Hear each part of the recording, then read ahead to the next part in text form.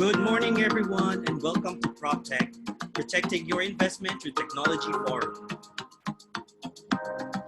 I am Ray Belen, Digital Marketing Manager of Anchorland, and I'm very pleased to see a lot of participants here this morning.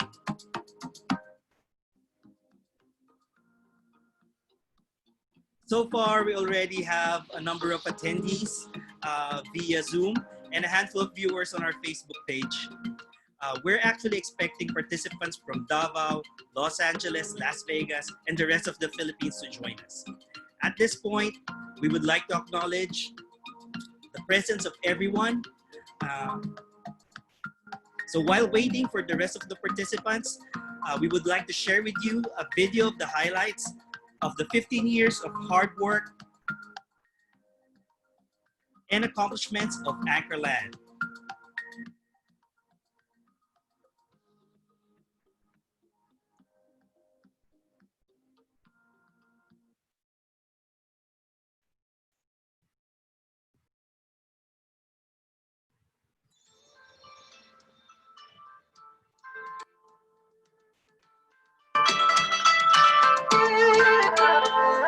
This is Manila Chinatown, a community built on a glorious past, with traditions, cultures, and values that have endured centuries. Established in 1594, Manila Chinatown became home to hardworking Chinese merchants, laborers, and artisans. From this community emerged the country's first foreign commercial banks, business institutions, insurance firms, trade centers, and the best Chinese schools in the country. It flourished as a financial district that gained an unrivaled reputation, not only in the Philippines, but around the world.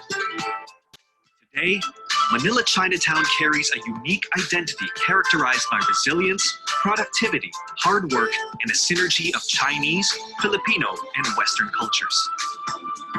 Amid a constantly changing world, this community moves forward toward progress, yet never loses sight of its proud heritage. In the last 15 years, Anchorland has gained deeper insights into Manila Chinatown's discerning market.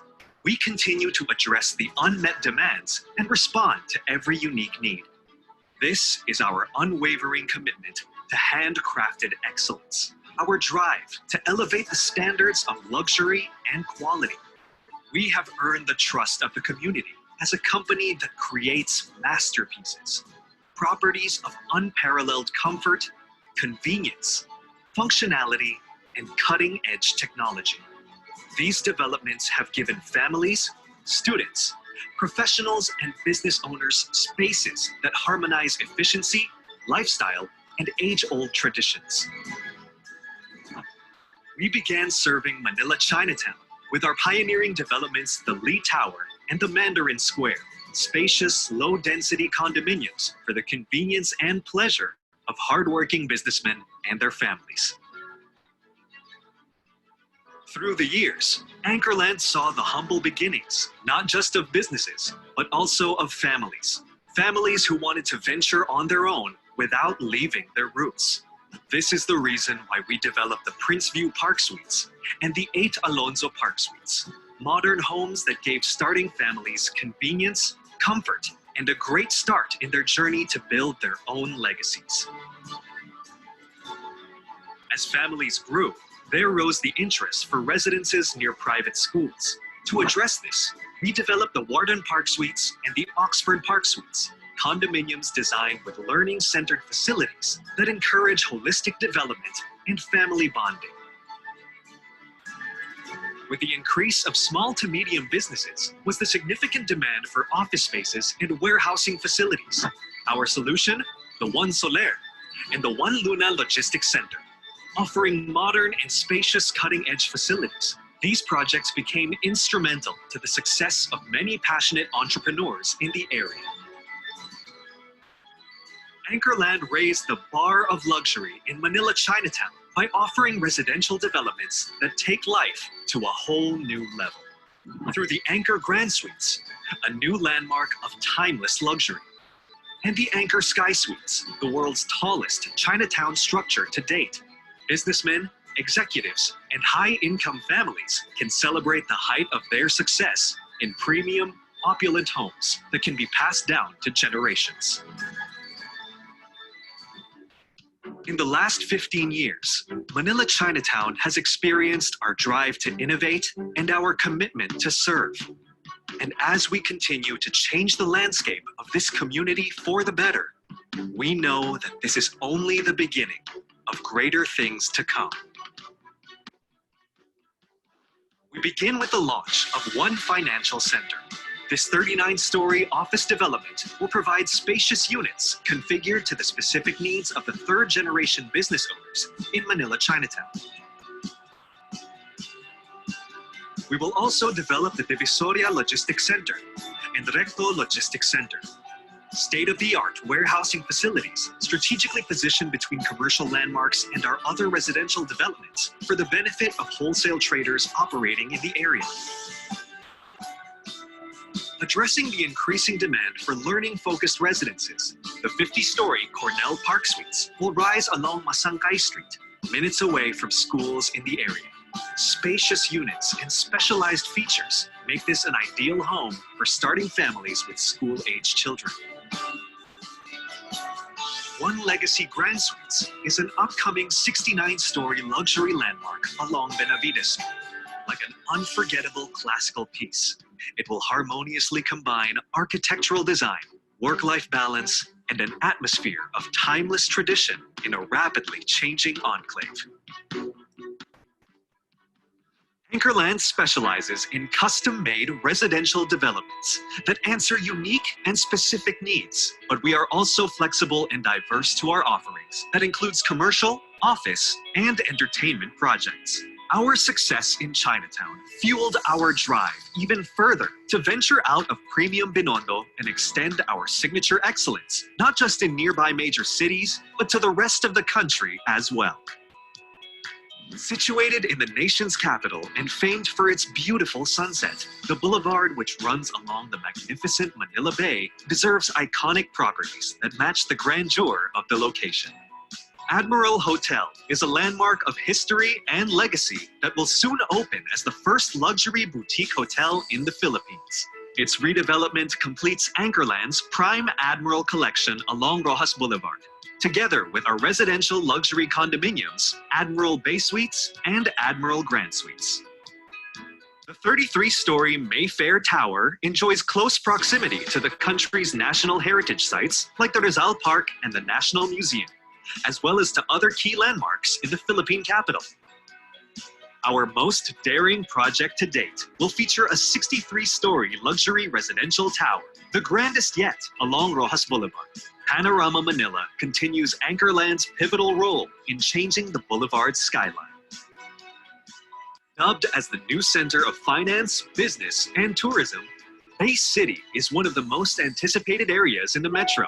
As one of the first to bask in the opportunities in Bay City, Anchorland is set to add even more to the vibrance of the prime business district with these following projects. Our first venture in Bay City is the 4-tower Solemare Park Suites. Bay Life Venue is a commercial building that houses the biggest Chinese seafood restaurant in the country. The 4-tower Monarch Park Suites has successfully tapped into the continuously growing demand for residential spaces at the Bay City. The Anchorland Corporate Office is our first office development currently under construction along Asiana Avenue. Copton Bay Suites is a 3-tower enclave of premium residences and amenities near the City of Dreams, Manila, and the newly opened Ayala Mall's Manila Bay. Parañaque and Pasay. These prime cities are the official gateway to our country. That is why Anchorland made sure that they are on par with the world in terms of quality real estate projects. Anchorland is working on a public-private partnership with the city government of Parañaque for Central Link, a mixed-use, residential, office, and commercial complex. Just across Rojas Boulevard in Pasay City is our maiden offering in co-living spaces, Cosmo Suites. San Juan City is another prime urban area that's abundant with opportunities for families, from culture and history to top-notch education and medical facilities. San Juan makes the most ideal location for Claremont Hills, a gated community of townhouses and a residential condominium offering a secure and serene environment designed for families, situated near Green Hills Shopping Center and prominent private schools. Our attention encompasses the rest of the country as we set our expertise to next wave sites and cities in key areas across the Philippines. Exciting developments will soon redefine real estate in these thriving regions. The company's initial foray in Mindanao, 202 Peak Lane, is a twin-tower residential development in Davao. It is a pedestrian lane away from the Ateneo de Davao University and the Marco Polo Davao. Anchorland has a highly anticipated resort project in Boracay Island in Aklan and will be our first development in the Visayas. We also have a hotel and resort project in the emerging dive and trek destination of Coron in Palawan to accommodate the growing market of frequent travelers and visitors in the area. In the last 15 years, we created masterpieces that are not just functional, not just comfortable, not just state-of-the-art, but address specific needs that are tailor-fit to your season in life. Developments where modernity and heritage come together. By listening to you, our customers, we are ready to take on greater heights in serving you as we enter another era of reviving Manila Chinatown and beyond.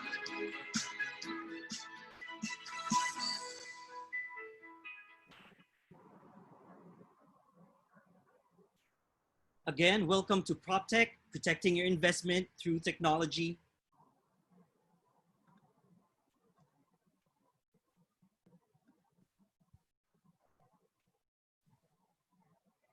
We would like to thank everyone who joined us today, including our distinguished panel of experts. Of course, our distinguished panel of experts are here already. This event won't be possible without valuable support of our host and partner, the Philippine Daily Inquirer. Let's begin by introducing our forum's moderator this morning. She's the editor of the property section and AVP for special projects and supplements of the Philippine Daily Inquirer.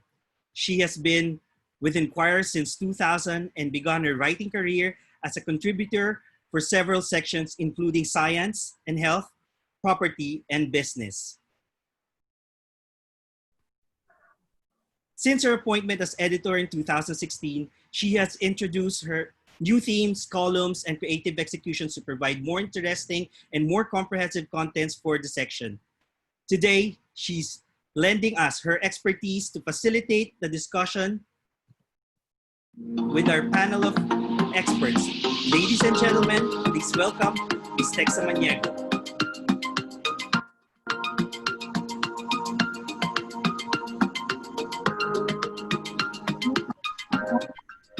I am Texa Maniego, and I will be your moderator for today's webinar. But before we start, may I invite everyone to please offer a few minutes of silence and prayer. Dear God, thank you for gathering all of us virtually today in this webinar. We ask you to guide us so that our discussions may be filled with useful and informative insights that will help us rise above today's challenges. We lift up to you our brothers and sisters who continue to fight against COVID-19, and may all of us be safe and spared from this deadly virus. We also lift up to you the real estate industry, which continues to provide livelihood and shelter to many Filipinos. All this we ask in God's name. Amen. Okay.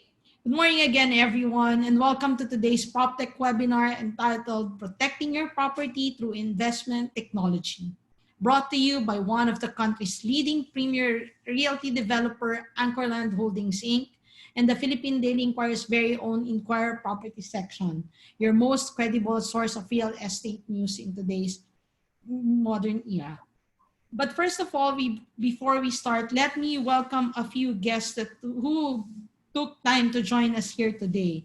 I'd like to acknowledge Mr. Kovalamugi of India, Mr. Sani of JB and Company, Anthony Luterio of Filipino Homes, Ms. Bagasol of LA, Ms. Chai Abaya of Creba Davao, Ms. Weng of China, Raymond Rufino and Group, and Mr. RJ Ledesma. So what can we expect in today's discussion? Well, it will be all about technology and how it continues to be an enabler in Philippine real estate industry.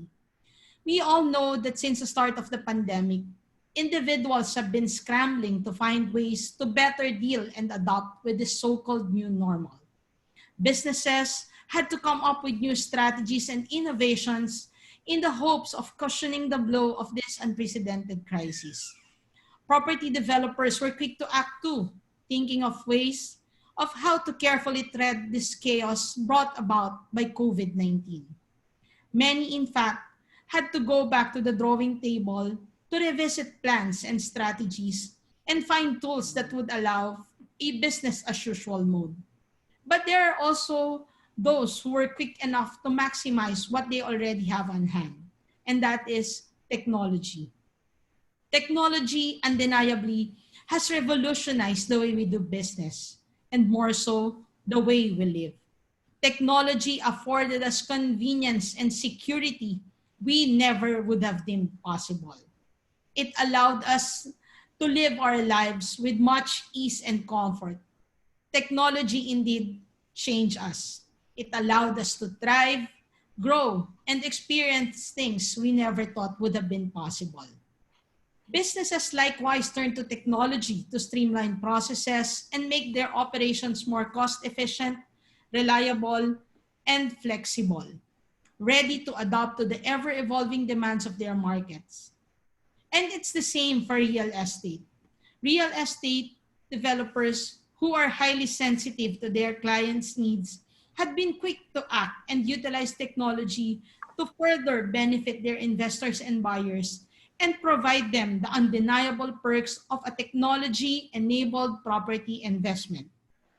And while countries in Europe and North America have long developed what is now popularly known as PropTech, the Philippines has yet to fully grasp and benefit from PropTech. Only those who have the capacity to build and create distinct projects like Anchorland were able to apply it in their projects.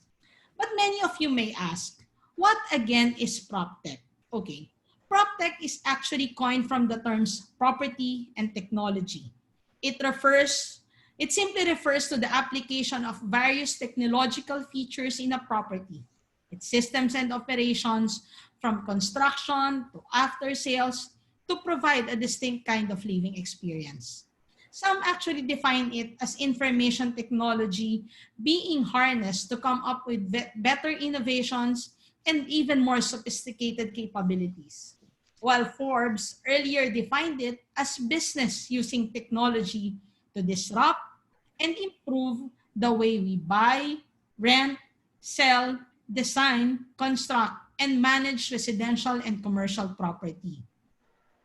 Admittedly, PropTech has been gaining traction globally, given the massive opportunities that it can offer, from higher value gains, maximized revenues, to more efficient operations and increased savings. PropTech has in fact been included in many consultancy and professional services companies' predictions for real estate this year.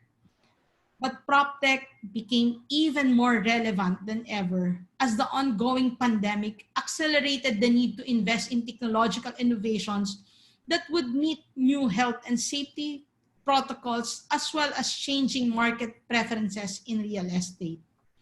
Like what I said, we also have PropTech in the Philippines through Anchorland, who is leading the way with its latest project in Davao City called 202 Peak Lane Service Apartments. Rising along CM Recto Street, 202 Peak Lane Service Apartments offers fully furnished service apartments with integrated smart systems and technological innovations that makes this project well suited to thrive in a post-pandemic era and maybe even beyond. And to tell us more about this exciting technology-enabled project, let us all please welcome Mr. Vernon Bulaong, Training Manager at Anchorland Holdings. Hi, Vernon. Good morning. Hi, Ms. Tech. Good morning and a great day to everyone.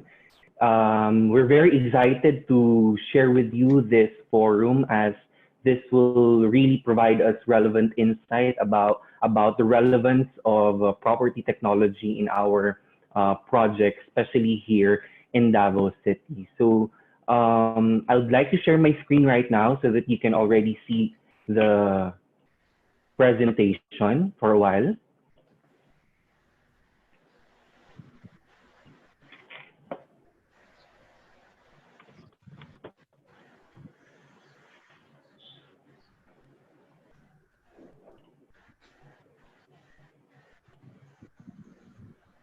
All right, I hope you can see that already. So before we begin, you might be wondering how Anchorland started in Davao. When our business development team looked into the real estate landscape and the analysis of Davao market, we saw the potential of the city in terms of real estate development. So now let me walk you through the tourism and hospitality climate of Davao. As a matter of fact, Davao continues to be one of the top tourist destinations in the country. And it's actually regarded as a prime venue for MICE or meetings, incentives, conventions, and exhibitions. This led to an increased demand for alternative accommodations from different types of travelers. However, while the annual growth of tourism remains strong and high, growth in the hotel sector hasn't been able to keep up.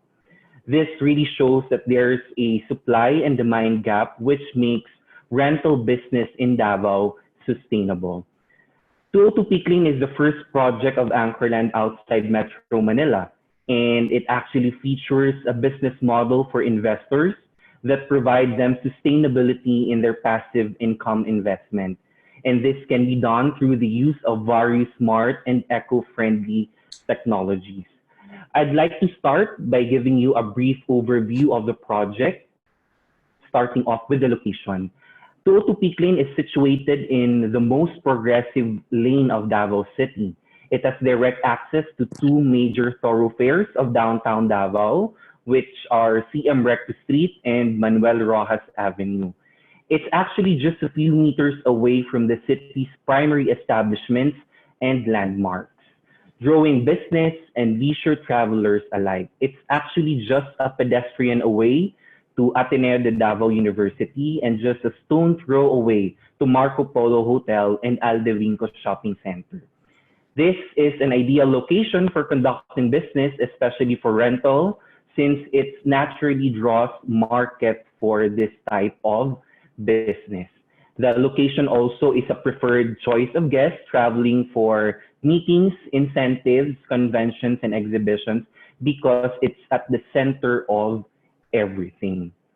Now, the project is actually comprised of two towers. That's the 202 Peak Lane Park Suites or the East Tower, which we introduced last 2018, and the 202 Peak Lane Service Residences, which is the West Tower.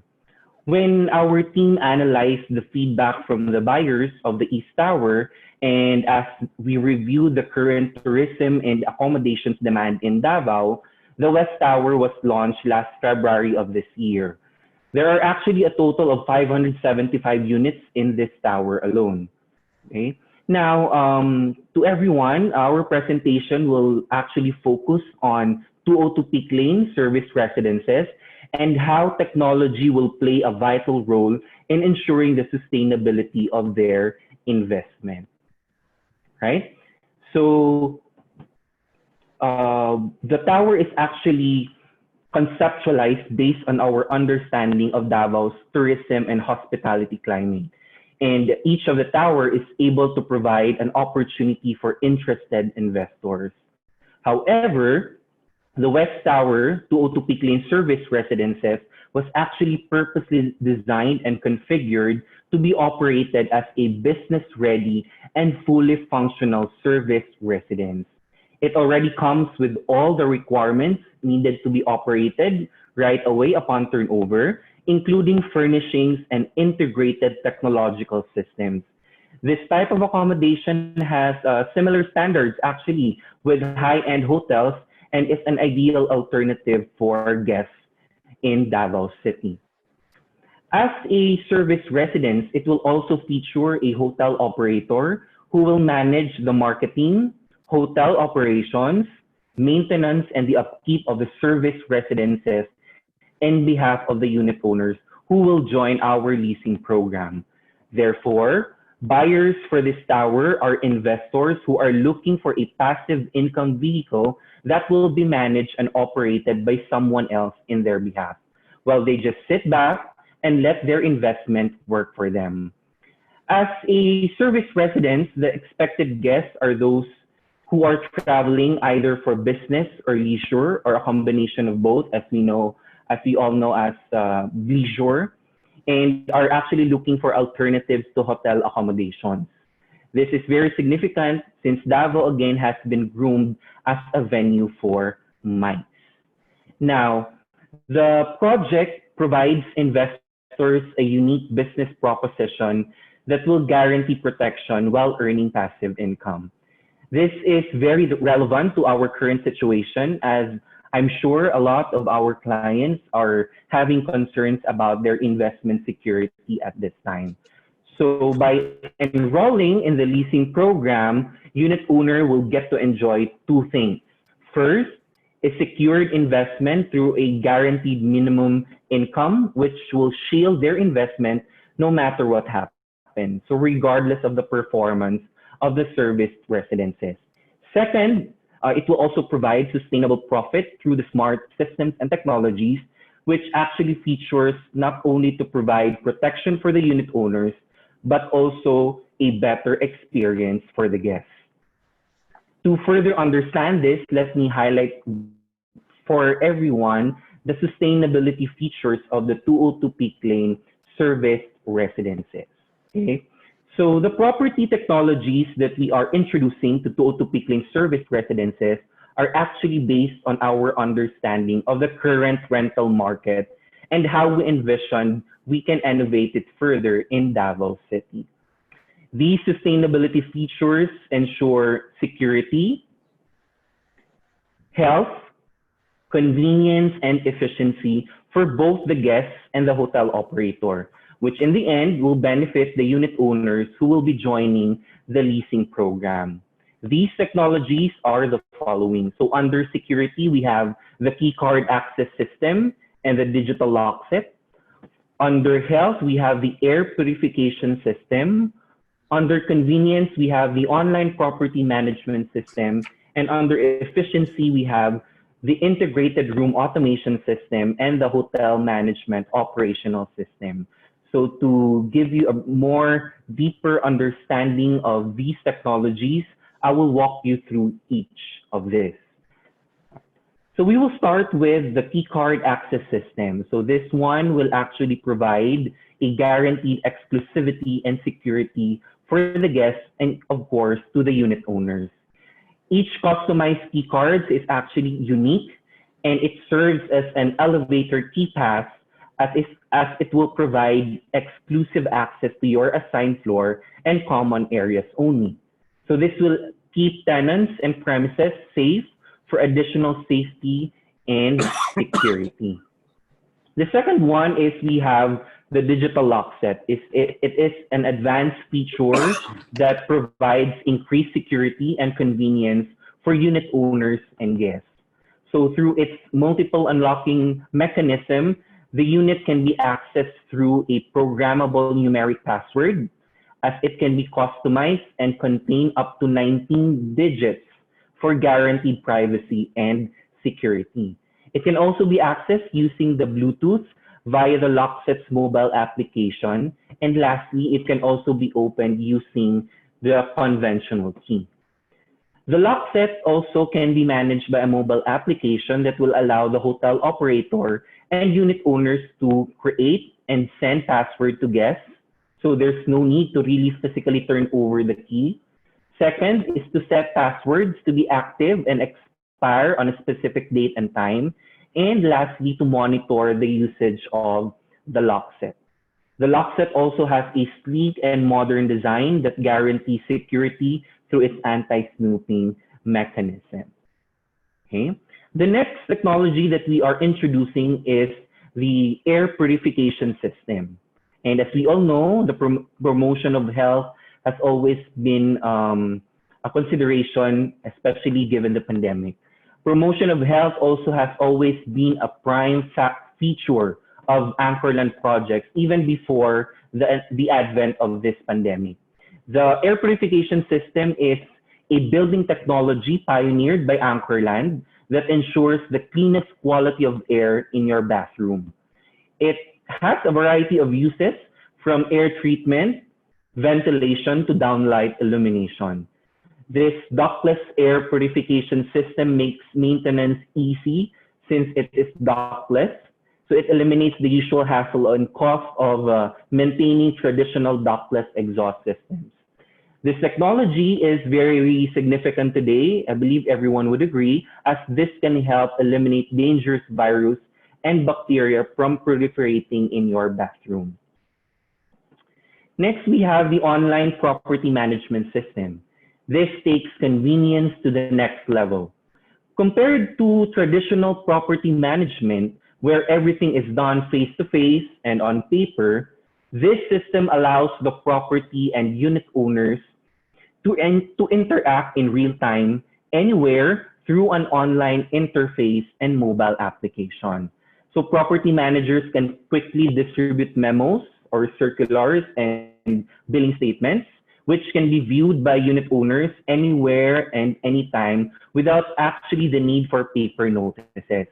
Service requests, whether for maintenance or complaints, can be easily submitted and monitored by unit owners.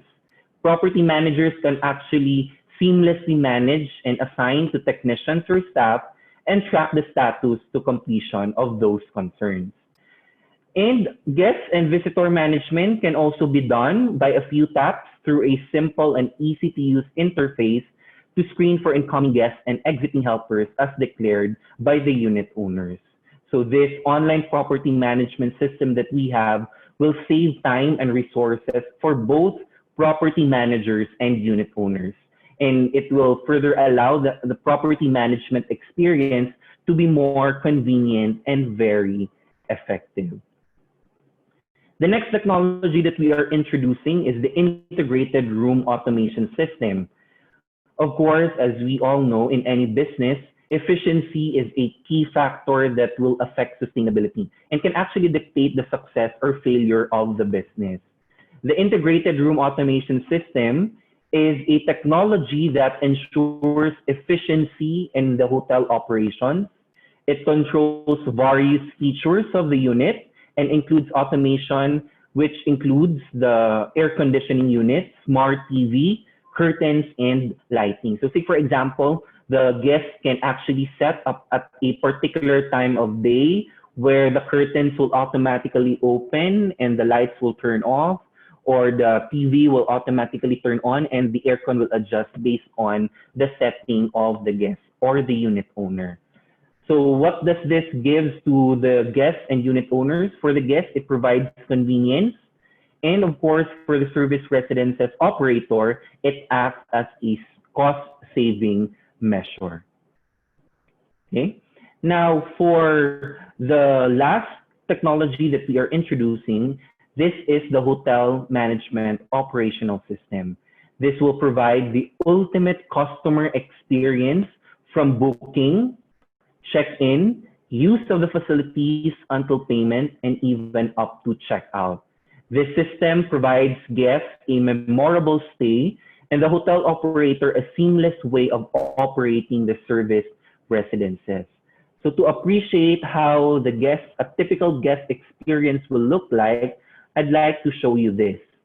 So from the point of booking, so in selecting schedule or day, up to the selection of room and even the payment mode, that can be done through the mobile application. We will also be designating self-check-in kiosks for a hassle-free check-in. And even to the actual stay, you get to enjoy the different smart and eco-friendly technologies that I just explained earlier. And during the actual checkout, you can also do that. You can do a self-checkout using the mobile application. Notice that with this model, technology has significantly simplified and increased the efficiency of the hotel operation. So this makes the guest experience more pleasant and satisfying, which will lead to repeat business and more sustainability. And to share also to everyone, these technologies are further strengthened by the fiber optic connectivity that the project has. So the 202 Peak Lane project is fiber optic ready. It is capable of huge data transmissions the fastest way possible. It is also immune to issues such as electromagnetic interferences, thus making it a perfect tool for all business and entertainment digital necessities. And I guess most of you guys will agree that fiber internet is the preferred connection today because it guarantees gigabit speed, increased reliability, unlimited data, and fail-safe uptime. With the setup that we have for the 202 Peak Lane service residences, Anchorland as a developer will be delivering a project with a business model that's perfectly designed for efficient service residences operation. So how will Anchorland do this? Of course, number one, the unit is already fully equipped. As you can see in the living area, toilet and bath, bedroom area, and up to the kitchen. So unlike a typical hotel setup, the units of the service residences have a fully functional kitchen. Okay? And of course, sustainable operation of the service residences can be obtained through the smart systems and technologies that we have at the service residences. In summary, the 202 Peak Lane Service Residences is really a project designed to protect your investment by, number one, maximizing profits through the use of smart systems and technologies that will ensure efficiency of the rental operations. So it really makes it more sustainable. Second, by securing your investment by providing a minimum guaranteed income through the leasing program, regardless of the business landscape that we will be encountering in the future. Efficiency and sustainability are really key factors when conceptualizing a business. And with the various changes in the market behavior and technological innovations that we are experiencing in the real estate industry, these smart and eco-friendly systems and technologies will surely benefit all investors in the service residences. So that's it. Thank you so much for listening. I will now turn you over to Ms. Tex Samaniego. Thank you for that, Vernon. And I think that really sets the tone for an exciting discussion this morning. Okay, now to tell us more about PropTech and its prospects, we have with us here today an esteemed roster of panelists. First, let me welcome Mr. Alejandro Andy Manyala, Chairman and Co-founder of Habitat Development Corporation. May we hear a few words from you, Andy? Hello, good morning, everyone. Good morning, Tech. Good morning to the whole Anchorland family. Thank you for inviting me here. This is going to be a very exciting discussion because PropTech is something, maybe it has been a common word, but not everybody knows its advantage and the benefits that they can enjoy and the effect that it has on the value of properties. So I'm looking forward to the discussion. Thank you so much, Andy. And now we also have with us here, we're lucky that we are graced with the presence of Mr. Noli Alieje, a seasoned broker and an international broker at the same time. Again, welcome, Sir Noli.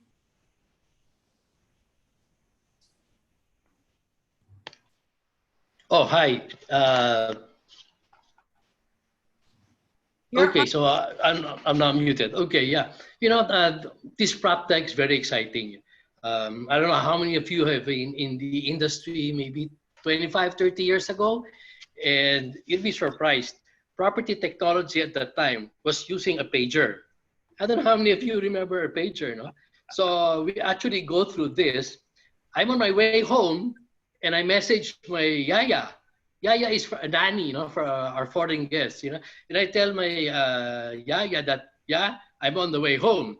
And, you know, she actually moves there. When I arrive home, She opens the gate, opens my light, heats my food, opens the windows for all the purification.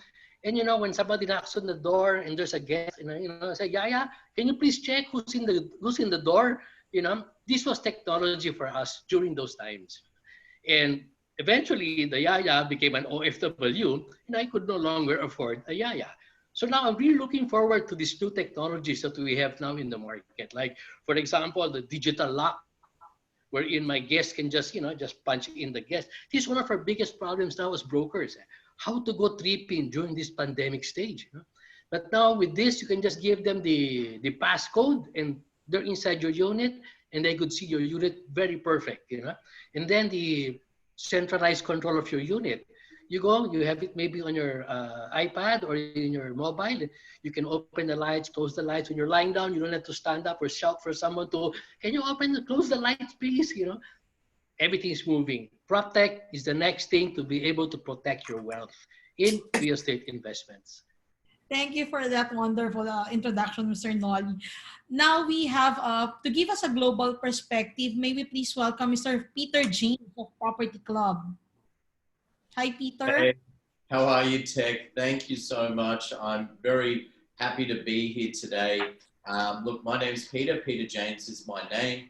My passion is property and finance. I started investing in real estate when I bought my first home when I was about 19 years of age. I was 19, I bought a house in Brisbane, and I'm now 35 years old, and I've owned more than 30 properties over 4 countries.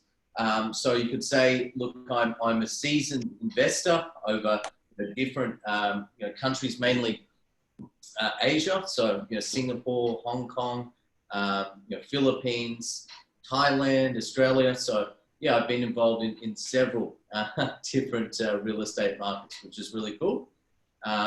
Wealth creation using good old-fashioned real estate is what I'm passionate about. I think it's the best form of wealth creation. And, I sacrificed a lot as a young man just to focus on real estate while people were out partying. I was, up late at night, just looking up things on the internet, doing, property research and this sort of thing. So, yeah, really cool. I have a property vlog, which is called Property Club. For those that know, you can find that by searching property-club.com or looking on YouTube. My professional background includes more than 15 years experience working in the real estate and mortgage finance industry in Australia and the Pacific. I've got 4 years experience working in Hong Kong and mainland China for a private equity firm specializing in funds management and mortgage securitization, residential backed securities, this sort of thing. I'm also a director of a Singaporean firm, which owns and operates a mid-sized BPO firm.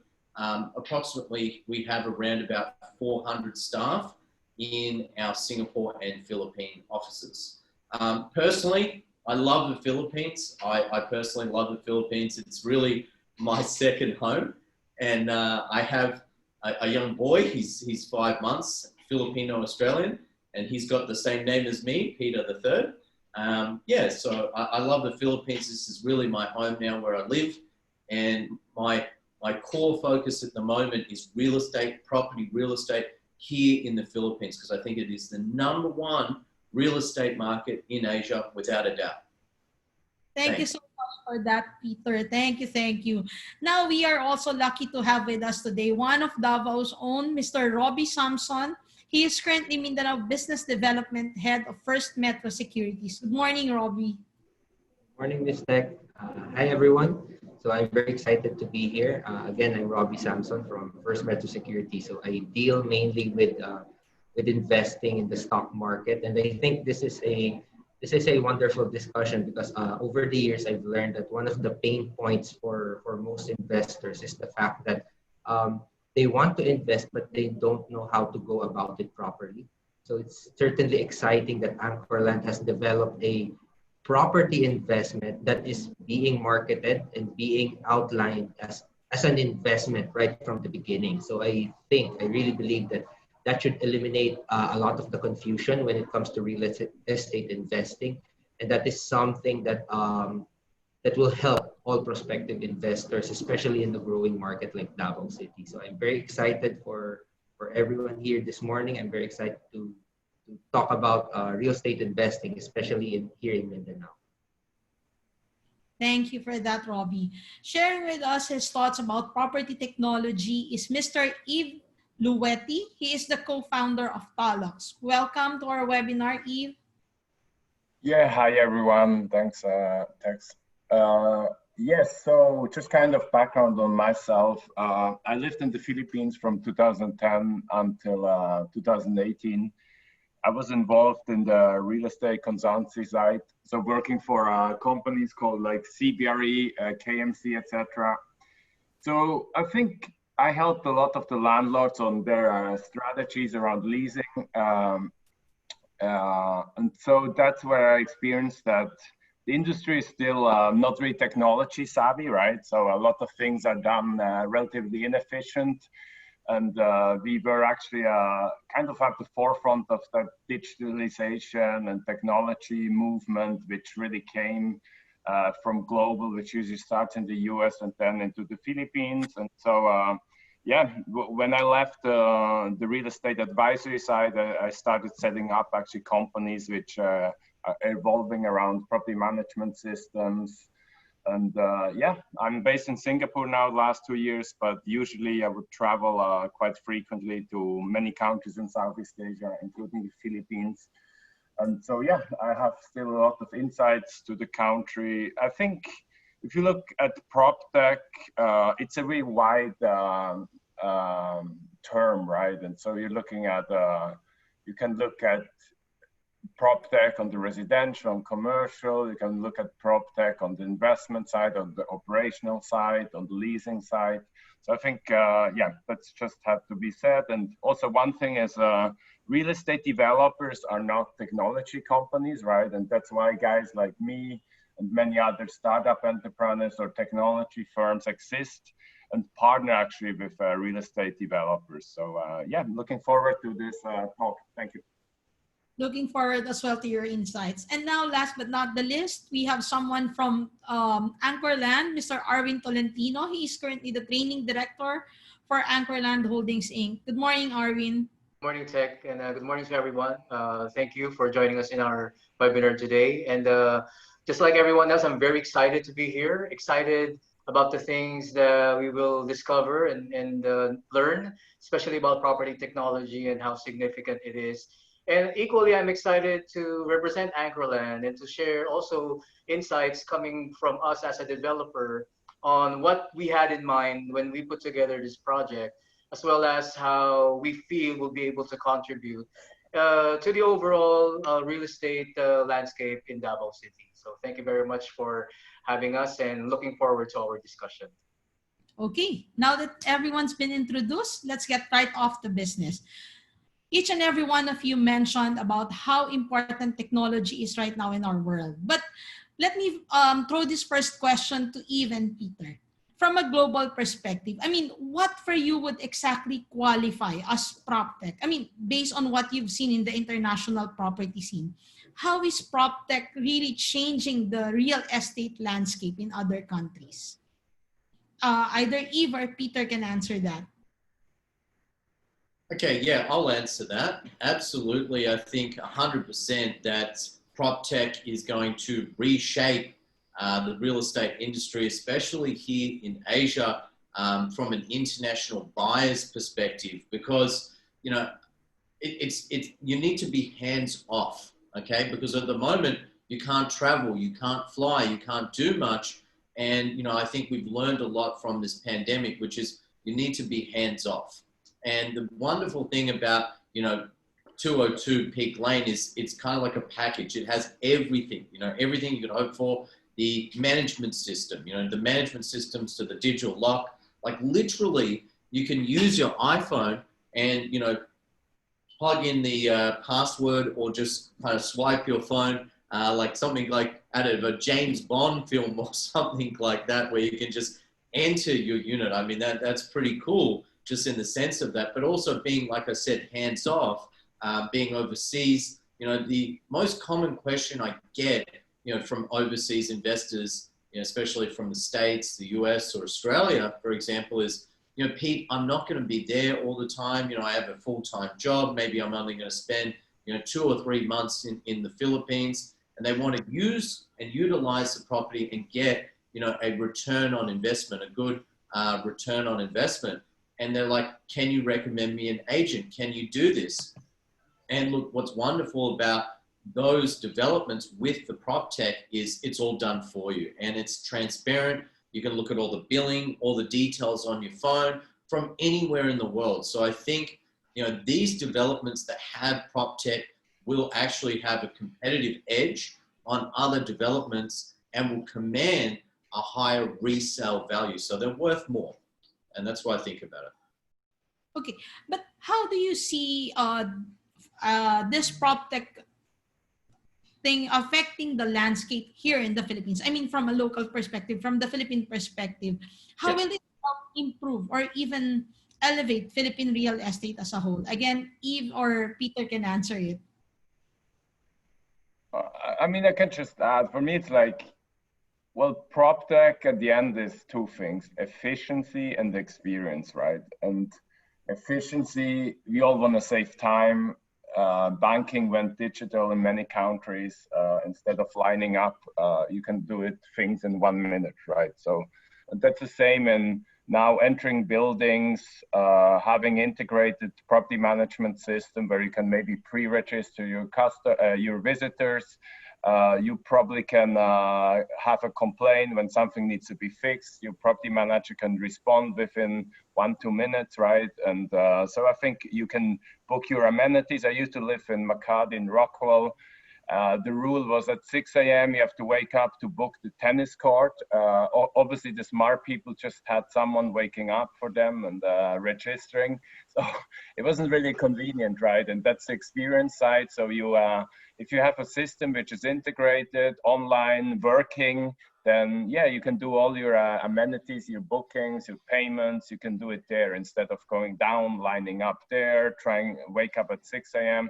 I think, yeah, that's what the experience, but also the efficiency is all about, right? Now, referring to Davao, maybe Peter or someone else is better in the shoes of answering that. I have been to Davao a few times, but I think in the Philippines, for me, one of the challenges is the internet, right? So, I mean, technology is as good as your internet connectivity is. So yeah, I think that's what always one of the aspects is what the challenges are, but also internet is improving. So technology is improving as well. So you actually need less bandwidth nowadays. And yeah, so there's just kind of that point, but maybe someone else can comment on that one. Okay. Peter, you were raising your, yeah. Yeah, absolutely. I would like to second what Yves was saying is, look, I own, a couple of condos in Makati and Ortigas, which are supposed to be like high-end 5-star buildings. And even these buildings do not have this technology. And it's so frustrating because, just to access the pool, and I'm not going to mention the developer's name, but it's really frustrating and it's not good for their brand because I have to like sign an authorization letter just to let a friend who might be staying in my condo or even the tenant to go down and use the pool or something like this. It's very frustrating. The other thing is a lot of like buildings are very strict nowadays, especially in Manila, in terms of even letting, owners holiday let. I know a couple of my condos, and this is why I stopped actually buying Airbnb properties, is because we were not allowed to holiday let. Whereas this project, you can do that and you can manage it virtually. You have the full system, the booking management system. You don't even need Airbnb. You don't need it. And honestly, the great thing about it is it's all like done yourself, like it's all done there for you. And what I like about it is in these uncertain times, you have this uncertainty and people not sure about investing. They're scared. They're genuinely scared because of this COVID. But, with the Anchorland brand and, the 202 Peak Lane project, ultimately they can guarantee a minimum return. You get a guaranteed minimum return. You get also the capital growth, the appreciation in the property, and you get usage. So there's actually 3 reasons why you'd want to buy in that prop tech, because you've got certain certainty around buying in that project. So that's what I like about it. Yeah. Okay, we've seen our two panelists mention about 202 Peak Lane and the power of technology.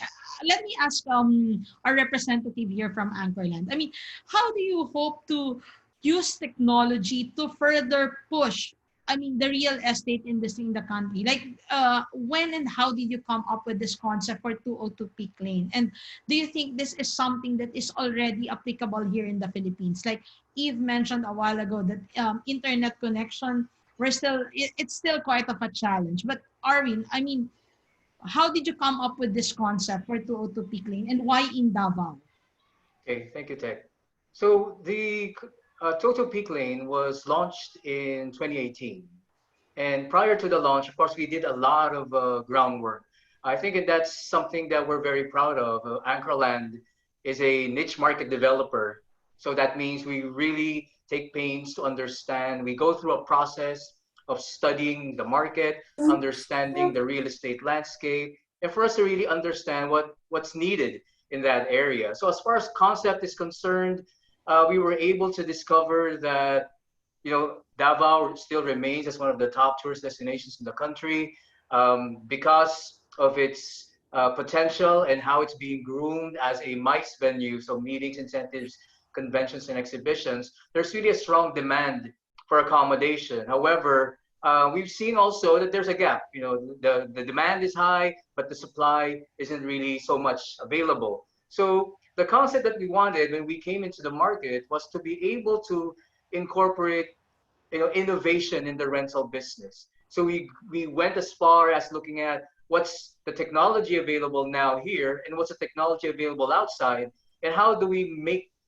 do with what we have here and make sure that what we bring to the table will be something that will be innovative, that will eventually benefit, of course, whoever will be investing. So that means better efficiency and more sustainable business for them. So when it was conceptualized, it was really with the idea of innovating the rental business in Davao. And we strongly believe that Davao is really a good market to venture into that.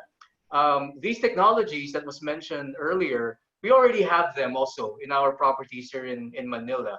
But since Davao is really our first project outside of Metro Manila and we understand what's needed there, we purposefully designed, particularly the West Tower, to have all of these technologies together. That way, we're able to really bring forward a project that would make sure that investors will really get the returns that they're looking for and really enjoy passive income, let their investment really work for them, because these technologies are really designed to make sure that the business will become more sustainable and become more efficient, especially for the hotel operator. Thank you for that, Arvin. Now, I actually have a question for Andy. I mean, given that Filipinos are quite technology savvy or tech savvy, are we really now seeing a shift in buyers or investors' preference to tech-enabled properties in the Andy? For me? Okay. Yes, thank you for that question. Actually, a while ago, Peter said that real estate, while it's good, especially in the Philippines, the systems has a lot of inefficiencies. It has a lot of flaws also. And I think this is the main reason why PropTech was born. This is why PropTech was created, to serve the buyer's demands, their changing behavior, their individual preferences. So this is why PropTech is still evolving. So if that is the intention of PropTech, then the more it serves the market, the more the market embraces it. Because right now, I'll give you an example.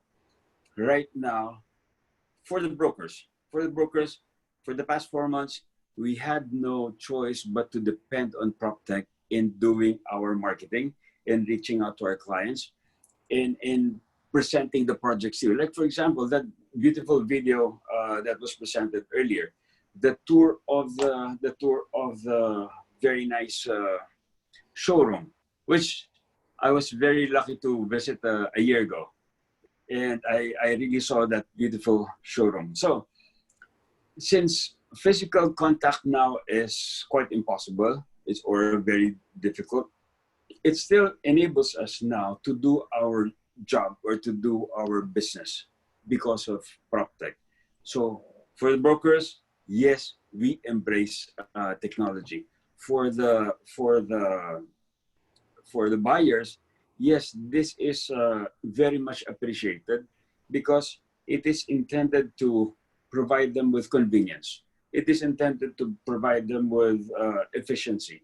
It is intended to provide them with security. And I think with what was presented earlier, it is intended to provide them with better income, better passive income because of the more efficient management of both the guests and the hotel or the property operations, and also the maintenance. Okay, if you have efficient maintenance, then the cost of operations is lower down. Now, the lower cost of operations will mean bigger uh, bigger earnings for the investors, and I think this is one very big edge for 202 Picoing. Okay. I would also like to get insights from Sir Nolly, being one of the somehow senior players in this panel. I mean, you have seen the real estate industry go through various changes. Do you think technology will be a major game changer? I mean, in terms of buyers' preference and in terms of brokers selling their products and developers doing their or planning their projects. Is this something that you really see, Mr. Nolly, as really changing the landscape of real estate? Actually, if you will notice recently, no, most of the major players started getting away from Metro Manila as an investment portfolio. No? They began developing in Cebu, and sales went crazy there. No? And then now they're in Davao, and sales are doing also very good. But if I were an investor from Metro Manila, I would always think twice, why will I invest in a place that I cannot even manage my own investment? How can I do rentals? How can I do Airbnb? How can I even see if it's clean or not? But now, because of PropTech, I'll be able to go and venture into the new geographical areas that are booming. And this is actually more than Metro Manila. The boom now is actually more in the provincial area. So we have like what we used to do before in Metro Manila, we had DIY, which is actually do it yourselves, you know. But now there's a new thing, which is called actually DIFM. And DIFM is do it for me. And that's exactly what PropTech is, what they're doing now in 202 Peak Lane. I, for one, am looking at investing in this area because of the technology that's going to be included in my unit. Mhm. Thank you so much for that. Let me ask again, Eve. Do you think that technology would somehow allow for even higher turnover in terms of property investment? Is technology something, Eve, that we see that would really entice the market, both globally and locally, to invest? Like, let's say in a place like Davao, is it a major game changer, you think, based on your experience? For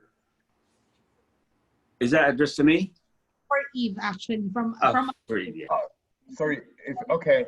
Look, I think for me, it's technology is access to information. And I think it was mentioned by another panelist that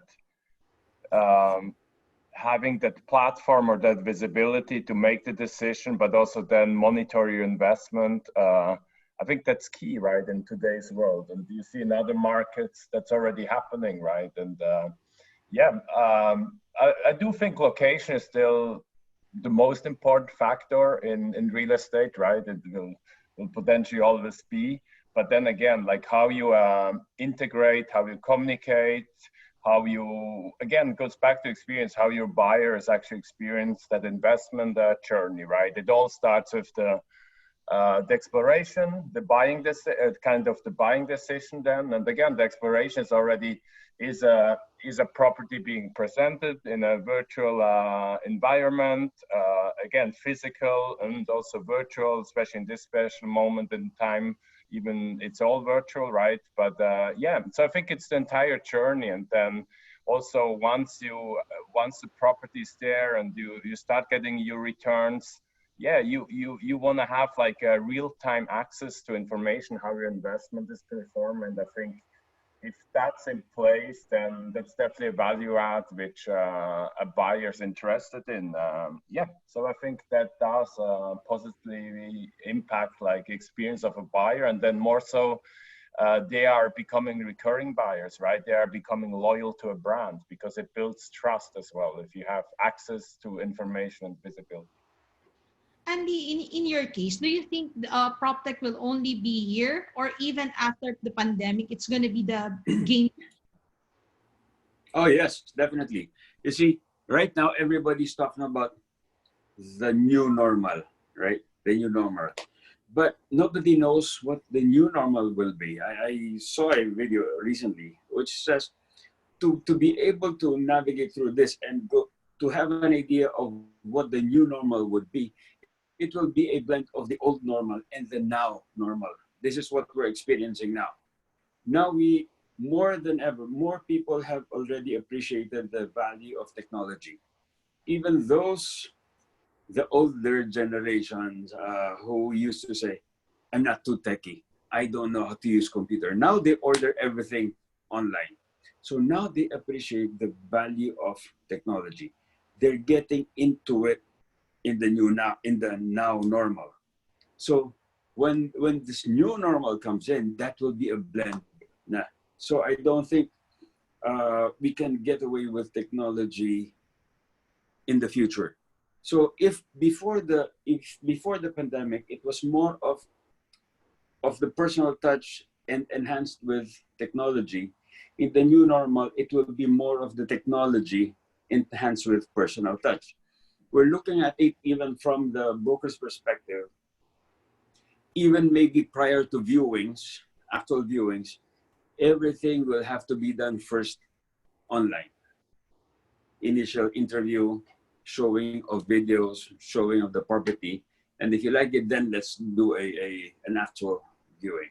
So now for properties with this one, equipped with that, definitely it will be an advantage. As mentioned by Eves earlier, it will still be a location. As I've mentioned earlier, also I've seen the location. It's really maybe about 20 steps from Ateneo. So the location alone is fantastic. The design is really nice. Now, the property management, of course, will be very important in two ways: maintaining the property and also enhancing the marketability. But the clincher really is the guaranteed rental. Very, very few developers will and can offer that one. That only shows the confidence of the developer in the marketability of this project. Thank you. Now let's zero in on the potential investors and market in Davao. Robbie, let me ask you, based on your experience, are the Baweños leaning towards more stocks or real assets like real estate? I mean, how are investors in Davao? Well, right now we do see some increase in the form of stock market investments, but a lot of our bigger clients still would want to diversify their portfolios with the more traditional kinds of investments, such as real estate. So from that perspective, I think there's still a huge market, especially as mentioned by Sir Arwin earlier. There is indeed a gap between the demand and supply available here in Davao City, and with Davao City set to become one of the, well, we can consider major players as the economy of the Philippines grows, then that is something that you should really look into. As an investor, what we want is to be able to participate in either companies or segments or economies that are set to grow exponentially in the future. And I think that is something that Toto Peak Lane is definitely giving investors the opportunity to buy into.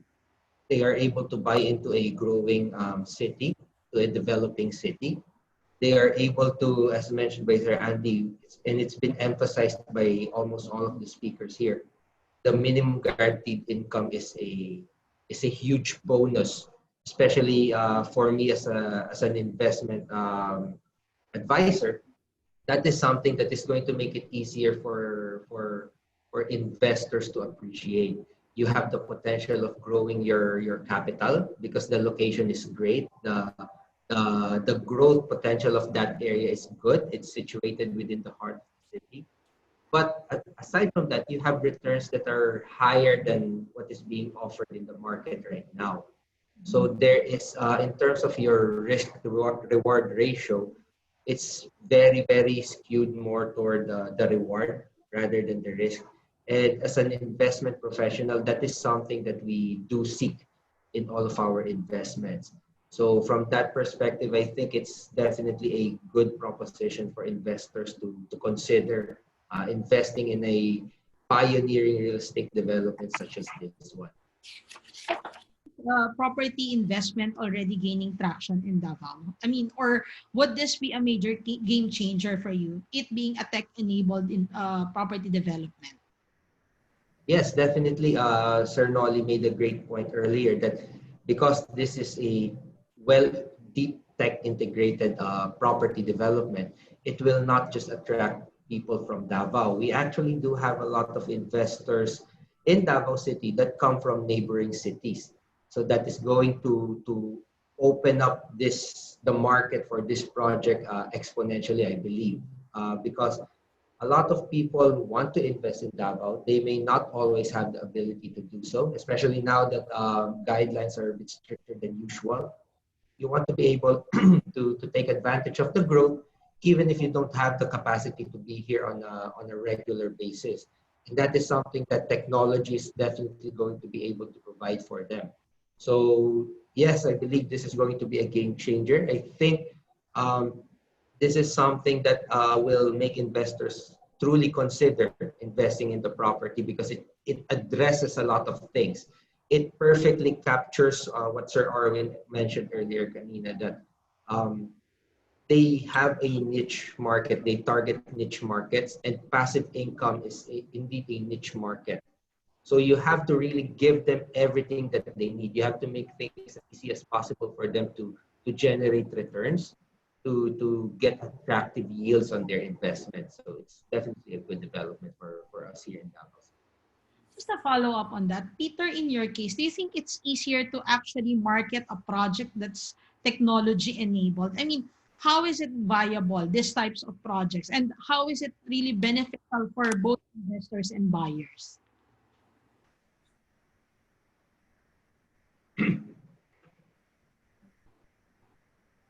Is Peter still with us? Okay, let me direct that question then to... Sorry, good now. Sorry, it was on mute. So what you're saying is, what's the benefit of the PropTech, in developments that have it versus those that don't? Look, I just want to lead back. Actually, I used to work with a gentleman by the name of Brett Wood, who had a sizable business, property business in the United Kingdom. And, he was always saying, to set and forget. And he was kind of a mentor for me. And he said, you need to set and forget. And the wonderful thing about PropTech, moving back to, Davao and just adding to what, Nolly was saying as well, PropTech means you can set and forget. You can sleep at night, not having the worries, not having the concerns that you usually do. And I think that's what's most important. You set it up, you buy the property, you can forget about it, and it's just automated. The money just comes in, the money just flows for you, right? So that's what's great. The other thing I just want to add on what Nolly was saying is I listened, because I used to live in Metro Manila, and Nolly was saying there was a shift in investors from Metro Manila, and I can actually say that that's true, hand on heart. For me, when the President Duterte came out and said, hey, look, there's going to be a shift, and we're going to be looking and giving more back to the provinces and other cities outside of Metro Manila, because Metro Manila has already grown so much, I listened. And I think, for me, I started to invest and look at Subic Bay. I'm actually wanting now, hearing about this project. I think Davao should be more so in the spotlight, and it's just such a great opportunity, just like what Nolly said with Cebu. I think the next city to really rise and boom is going to be Davao. Absolutely.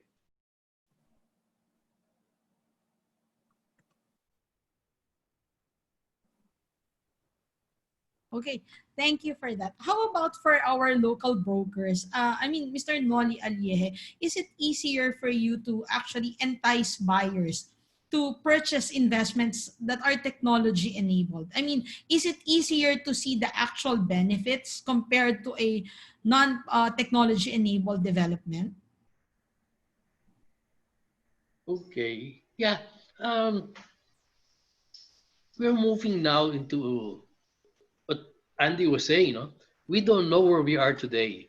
Are we moving forward to the new normal? But nobody really knows what's the new normal. So technology being there would be one big help.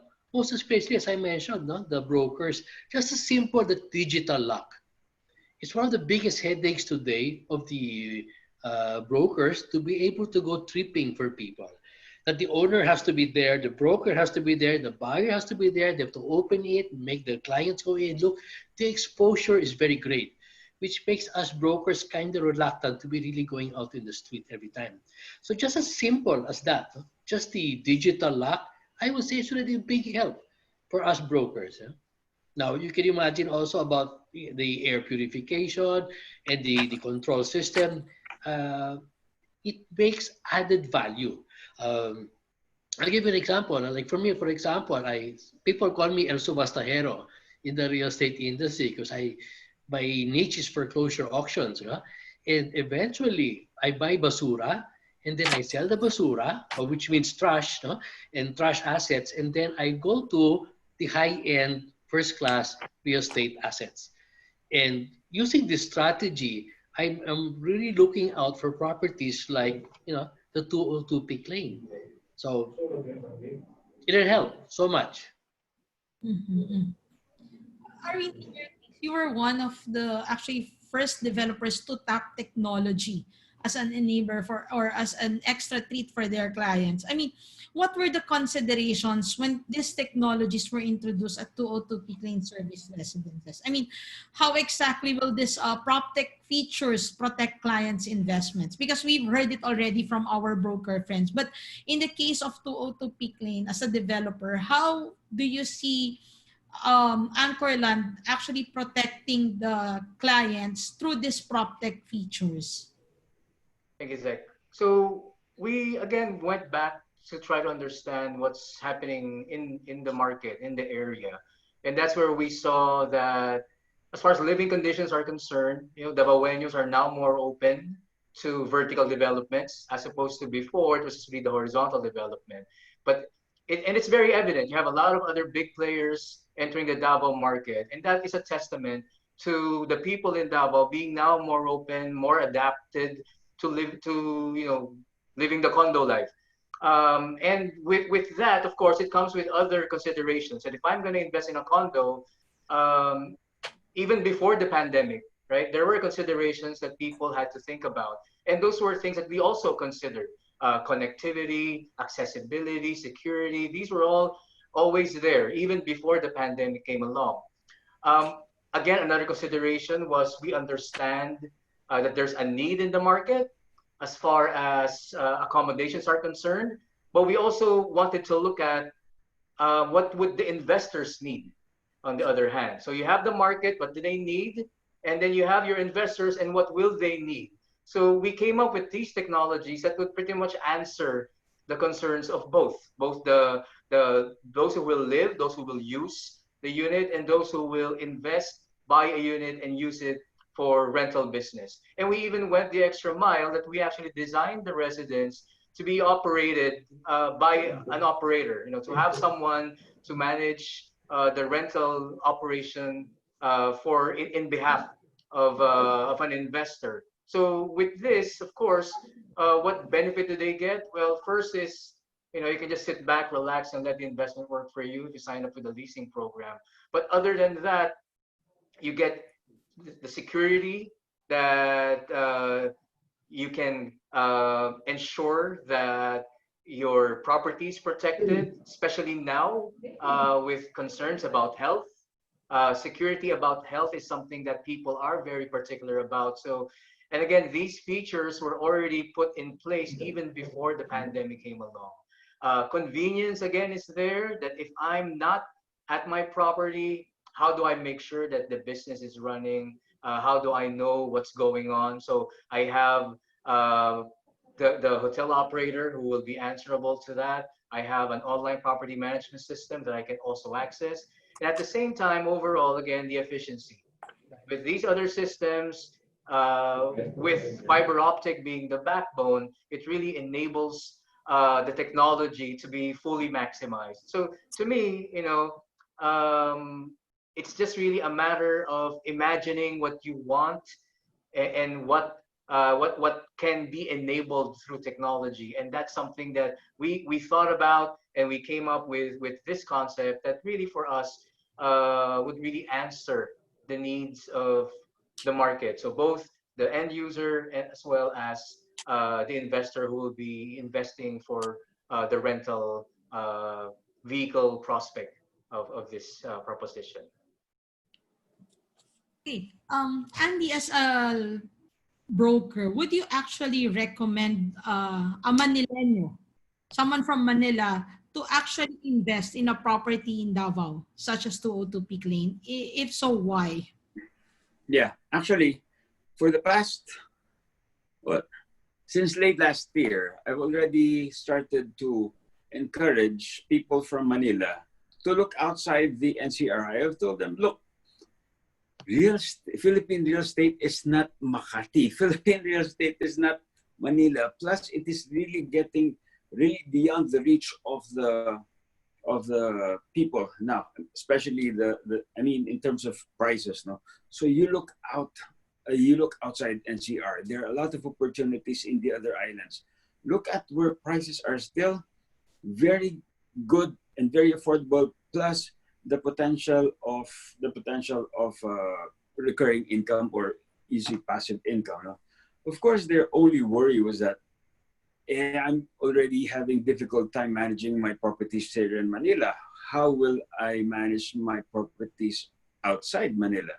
And this one, the PropTech will be the answer to that. Because, okay, there are projects which are geographically sensitive.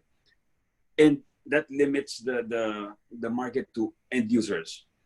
This particular project is not geographically sensitive. It is more investor oriented. So it doesn't matter where you are. Look, if this project 202 Peak Lane appeals to investors from the other countries, I'm sure you have a lot of investors now from Singapore, from Japan, from the US or everywhere. Now, why can't the Manileños take advantage of that? Why do we just allow the foreign investors to take to take advantage of all these good investments? I think it's about time now that people from Manila take a closer look at the investment opportunities like this one. So yes, I'm encouraging everyone to take a second look. I've positioned in Davao about 2 years ago. But wala pa kasi si 202 noon. So I'm happy with that one. Okay, I think based on the discussion, we've already seen how technology is really an enabler for many of us. I mean, it helps bridge the gap. If I'm from Manila or from anywhere in the world, I can just easily invest and run it just through the tap of a finger or just my smartphone. But this one can be answered by either Eve or Peter. I mean, how do we differentiate PropTech? This is from one of our audience in this morning's webinar. How do we differentiate the PropTech implementation between developed countries and developing countries? Peter, you might want to take that one, or Eve. I mean, yeah. Okay. Anyway, yeah, I'm based in Singapore. I spent a large chunk of last years in the U.S. and Canada. Yeah, look, I think it does boil down back to infrastructure, right? Which is a starting point. It is the speed of technology, but it also does boil down to entrepreneurship and ecosystem of supporting those entrepreneurs to come up with solutions, right? And so, yeah, of course, there's if you look at North America, there's just way more maturity in terms of solutions that can be offered to real estate players at the end, right? At the end, real estate developers, their business is building and marketing of properties. And the leading developers globally do have digital teams in place, right? You look at Australia, where Peter's from Lend-Lease, we have been working in a long time. They employ like 50 people, just focus on digital for their own in-house construction, development arms, etc. Right? So I think the big difference is, let's say, where North America, Asia, it's still like maturity of adoption of those solutions, and really also developers having a clear digital strategy in place. So I think that's where the main difference is. And then again, it is also goes down back to infrastructure, but also the needs, right? Like the cost base is just different in Western world than probably in Asia, right? And so technology is expensive, to be honest. To do technology right is very difficult. And so just putting a nice slide together and saying we have technology, right? It's quite often I've seen it doesn't actually work out, right? I went yesterday to a restaurant and we here in Singapore, and we have to do QR code to order the menu, but then the app was kind of buggy, so I couldn't actually really order. It was a bad experience. The waitress eventually took my phone, and so again, the whole process of actually social distancing fell apart. Where it's like they rather just had a printed menu there, and I would have ordered it efficiently, right? And then I would go in another restaurant where it's a seamless experience, right? Which is goes back to technology, maturity, and ecosystem. And I think that's where I see the main difference, right? We are just way further earlier in the cycle here in Asia, and the activities are lower, and the infrastructure is a challenge as well. Okay, you've mentioned that it's quite a challenge. I mean, technology is quite a challenge in the Philippines. Arvin, have you tried to address such issues before you actually develop to Peak Lane? So we actually also considered what's available. I guess that's really like what Eves and everyone else was saying. You're only limited with the technology and the infrastructure that's available. So we had to find ways, of course, also to work around projecting what's now available, what will be available, and what can we offer given what's the projection of infrastructure by the time that we turn over this project. So we also looked into that. So that's again part of the cycle of how we study the concept of the project, just to make sure that what we will be featuring is something that would actually be realized. Because again, we're putting a lot as far as technology is concerned, because again, this is a technology-driven proposition, and we really need to also understand and, of course, ensure that whatever infrastructure is available there will be sufficient to support the system that we will be putting together. That's why we're also working with partner developers for the software, for the systems that we will be putting into the project, just to make sure again that before we implement this, we'll be able to ensure efficiency. In fact, for instance, the property management system, it's not the first project that Anchorland has implemented this. We've already implemented this in projects in Binondo. And in that regard, we're now able to benchmark the performance, find ways to improve it based on the feedback, based on the performance of the software as vis-a-vis the infrastructure is available. That way, when we implement this in succeeding projects, we're ensured that we've already done the pilot. We know now where to tweak. We know the pain points, so that we'll be able to improve the experience in the long term. Robbie, in your experience, what is the main consideration of most investors in Davao? I mean, do you see this property technology feature being one of the main factors that could convince them to actually invest in real estate Yes, post-pandemic? definitely. Yeah. So I think from my experience, one of the foremost considerations of investors here in Davao is security of their investment. So especially the more sophisticated ones. They want to make sure that whatever they do invest in will be there for the long haul, or for however many years they plan on investing in that particular investment. And that is something I think that is being addressed by this particular project due to the technology. So with technology being well integrated in this project, the hope and the idea here is that it will stand the test of time. It will be able to address the changing landscape of traveling, of accommodation, especially in a growing city like Davao City. So from that perspective, they want security in the assets that they will be expanding into, investing into. Another aspect of that is in the security of the returns. So that's one thing that they really do seek. That's why some of the more traditional investors here in Davao, even though the returns are low, they still invest in them, all based on the fact that they offer regular yields. So this is something that is going to be attractive for them because they do have the project has the minimum guaranteed income. But aside from that, the minimum guaranteed income itself is already better than what is being offered by banks. So and then you have the opportunity for it to grow higher, to generate more on a year-to-year basis based on the demand. And aside from that, the asset itself, the property itself will continue to appreciate in value. So those are things that are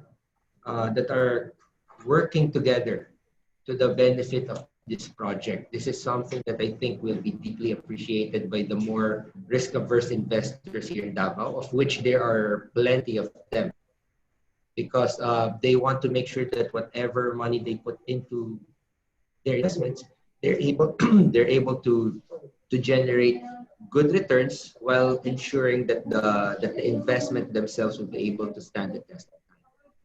Okay, I think I'm down to my last two questions because that's all the time that we have left.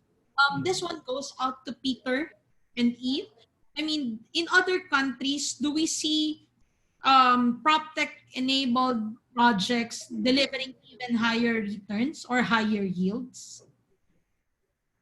Yeah, absolutely. You do. You do see them returning a high yield on investment, especially those that are enabled, for things like holiday letting, which this project does deliver. Because traditionally you're going to be able to get a good, solid return from holiday letting than you would from a permanent let.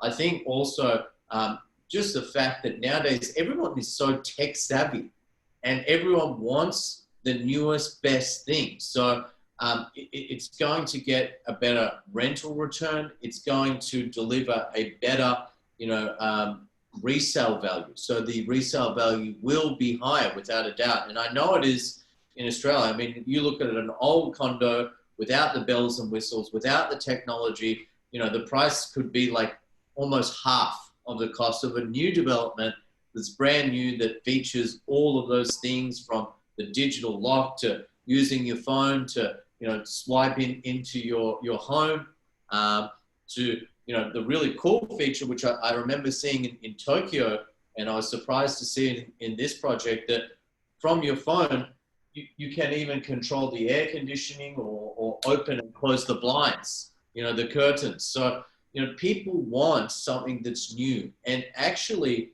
just coming back from an international perspective to a local perspective here in Asia and the Philippines, I think the biggest thing here is everyone wants to buy new. They want the newest thing, the coolest thing. And that's what 202 Peak Lane just truly does deliver.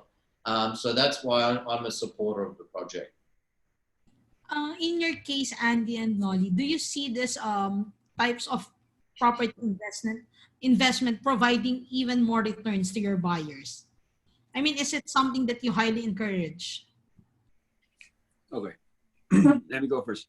At the end of the day, this is still a real estate play. This is still a property. So the main consideration would still be location, location, location.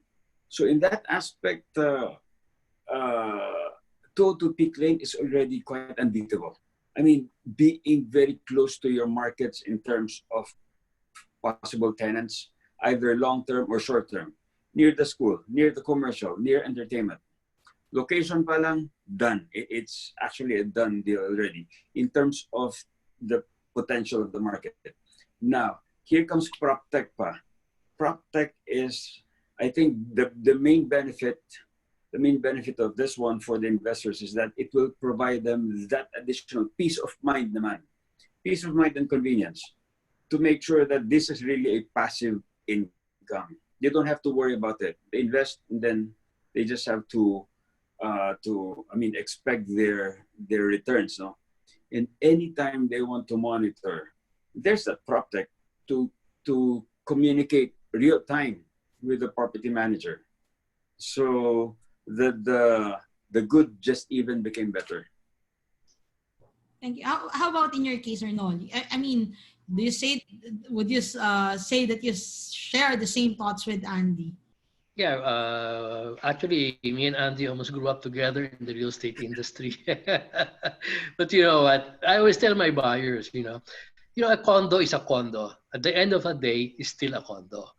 It's four corners, floor, ceiling, bathroom, one bedroom, two bedroom, three bedroom, studio. It's almost all the same. I lay down on the bed and I look at the ceiling, and I can be anywhere in the world and under any developer in that condo unit. But then you have now Anchorland with its PropTech. That I think will make a major difference in the market because as I mentioned, uh, ang pinakamahirap ngayon or the hardest thing we're going through now in this pandemic is to be able to monitor our investments. We can invest in so many other condominium developments, but you're not so sure about the state of it is in right now. Like I'm here now, trapped in Antipolo, and I don't know, how I can manage my tenants all the way in Sucat and all the way. Imagine if I had it also in Alabang, and I had it in Cebu and Davao.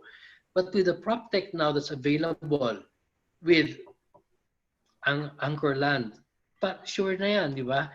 Bentang-benta yan sa mga market natin. It's all really wide open, We can even bring in the foreigners. We can bring in people from anywhere to be able to start investing in 202.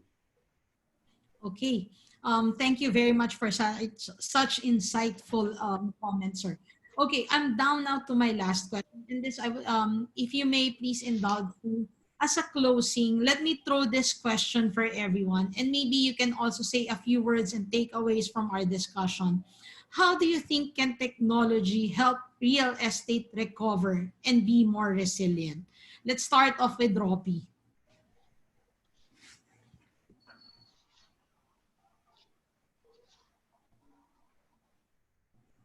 Okay. Hello, sorry. So in terms of that, technology is something that should help spur demand, and we do believe that once this pandemic is over, we should see strong economic recovery in the Philippines. So given the fact that this is we have the backdrop of a recovering economy, and then you add on top of that a feature that is generated to spur greater demand, to generate greater interest for real estate. I believe that technology is indeed here to stay. Technology is indeed here to stay, and it's only going to make things easier for investors to consider invest in real estate, especially for those that haven't done so yet. Because now they will realize, oh, real estate investing is not as hard as it was before. Even if I have no experience managing property, even if I have no experience, even if I don't have a huge network of potential clients, there is a service that is already being offered when it comes to property services that will allow me to really put that and give that task to someone else. So that's something that we haven't seen yet. We haven't seen a lot of when it comes to real estate, and that is something that is going to entice even more, especially novice investors in real estate. It's going to entice them to invest in real estate when they weren't considering that before. Okay. Thank you for that, Robbie. And then may we hear it from Andy, please? Okay. You mentioned that how can technology help the Philippines in its recovery, right? Now, how do we how will the Philippines recover? Only by enticing more investors to invest and pour money into the system, may it be local or global. But right now, all of us here, brokers, are inside our homes. So we are practically 100% dependent on technology. This is the way we bring out these offers and these opportunities to our prospective clients, both locally and globally. So yes, uh, technology is helping us a lot right now in bringing investors here to the country. Thank you. Sir Nolly, you're one of the most senior players in this group. How do we see technology actually changing the landscape and helping regain that luster? Yes. For the Di naman ako ganun katanda, Tek. I mean, I'm not that old, guys, okay? But I've seen so many roller coaster rides in the real estate industry. But I'll tell you, what's so very attractive about the Filipino market are we're like a herd who likes to buy, from things that most probably will solve a problem. I'll give you a funny example. Like when somebody up there mentioned the fruit saba will cure, the pandemic, the COVID virus. There was no more saba in the markets. And then came the vegetable ampalaya. And then nobody could buy ampalaya in the market. And now people are buying oxidizers and air purifiers. And, they were buying even oxygen tanks to their homes, because they were looking for that solution. Now comes Anchorland with a solution. So how will this help the economy? Simple. Developers will build, brokers will sell, buyers will buy and enjoy their product, the condo unit, and then the economy keeps rolling. If the developers build a product that nobody's going to buy, then the economy stops right there. So it's like a triad, between the developer, the broker, and the buyer, and the economy keeps rolling and rolling and rolling. So buy, guys, keep buying, keep investing. Thank you, sir. How about Peter? Yes, so thanks for inviting me here today. I just want to answer this question. Ultimately, I want to look domestically, not just internationally, but domestically. I think, the biggest thing is for those investors out of, Manila, Manilianos buying in places like Davao, which is really in the spotlight now. They're going to consider those, technological advancements and, the projects that have the advancements and have the PropTech is going to be at the forefront of those minds. And why? The number one reason why, okay, whether it be international or domestic, but I think most are going to be looking initially domestic, and then it's going to start to be more international players coming back in. They're going to be looking because they want to set and forget. They want everything done. It's a package. Everything's there. The system, the booking, the guarantee.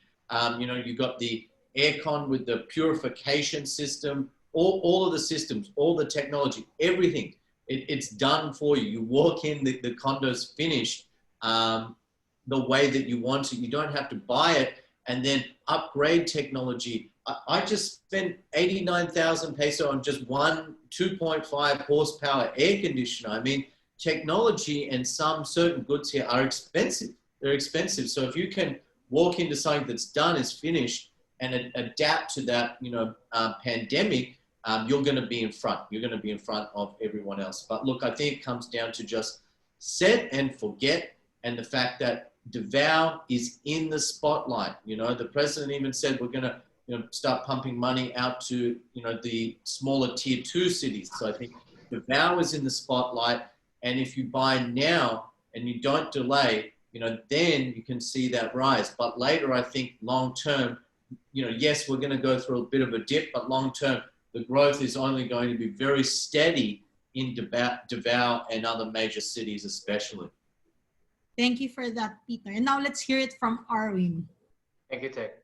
So I guess if there's one thing that we all learned from this pandemic, is that so long as you have a device and an internet connection, you will survive. Right? That's how we've been surviving these past months. And what it's about, it's all about technology. And if you connect that with real estate, so long as you have a way to communicate, to access and share information, I believe that would really continue to drive the growth in the real estate sector, and of course, ultimately affecting the economy. Technology is really there. We can't stop technology. It's gonna happen. It's just a matter of time. So technology-enabled properties, so long as they have that built-in feature for connectivity, for communication, you can always go back and upgrade it. You can always go back and improve it, so long as the infrastructure is already built in. The technology will really help push and grow the business, and ultimately, again, overall, all real estate and the economy will grow. Um, real estate is a cyclical investment. Right now, I suppose the industry is just taking a rest, taking a break. But when the wheels of the industry start rolling again, technology will play a very important role in pushing it forward. And of course, us, whether we are an investor or a seller, we don't want to be left behind. When the timing, when the wheels turn, we don't want to be left behind. That's why, again, technology is there in whatever form or manner it is. It's available, and it will help push our investments and growth further. And again, properties that have enabled technologies would really be the way of the future. So this is something that for me as well, because I personally am also a property investor, this is something as well that is now part of my consideration as I choose the properties that I decide to invest in. Okay, that was such a wonderful discussion. Again, I want to thank everyone for joining us today and sharing their insights on property technology. Indeed, technology continues to be a game changer across all facets of our lives. In fact, this webinar, which gave us such great and informative insights about PropTech, would not have happened if not for technology. Harnessing the power of technology, especially in the era of the so-called new normal, is something that developers must consider and buyers must be really mindful of. In real estate, we can expect technology to continue elevating our living experiences, providing us ultimate comfort and convenience, unparalleled security, which would not only allow us to move forward and thrive amid the pandemic, but can also potentially provide us with great returns. Although, of course, one thing we need to always remember is that while technology may be an actual game changer, it still pays to trust your investment with a developer that has a reliable, solid track record and one that continues to innovate, if only to meet and even go beyond the need of today's market. With this, let me introduce you to the woman behind this highly innovative and technology-enabled project, Ms. Elizabeth Ventura, President of Anchorland Holdings Inc., who will officially close our webinar. Again, thank you and good day, everyone. Hello, good morning, everyone. Wow, it has been a fun, interactive, informative discussions. Can say a fusion of technology and real estate in today's market. And it has been a painstaking, interesting, exciting, feedbacking and study of not just the project, but also the location, what has been going on in the market, change in the behavior. This is all what the team of Anchorland has been doing. And the attendance in this webinar is so good that it's been represented by different buyers from US, India. We have, of course, Davao. We have a lot of overwhelming support from Davao brokers. Hi to everyone there. And like Nolly said a while ago, we're all in this. These challenges that we're experiencing now is all about coming together, and coming together is be in support to each other, like what we are doing in our innovations. This is a result of caring more to the change in the behavior of the market, just so that we just don't bring a project that is good in terms of income, but this is a project that will, that the innovations that you put in this project is going to protect your investment. So I can say I'm very empowered also because we might be changing platforms, but we're definitely still moving forward. So again, thank you very much for your attendance today and for listening to us and our distinguished speakers. Thank you very much for sharing your insights. And always remember that Anchorland is always here and the rest of our partners in helping you, in guiding you in making informed decisions in terms of property investing. So in behalf of Anchorland, thank you very much. And we look forward to having you again in our next forum. So good day, everyone. God bless.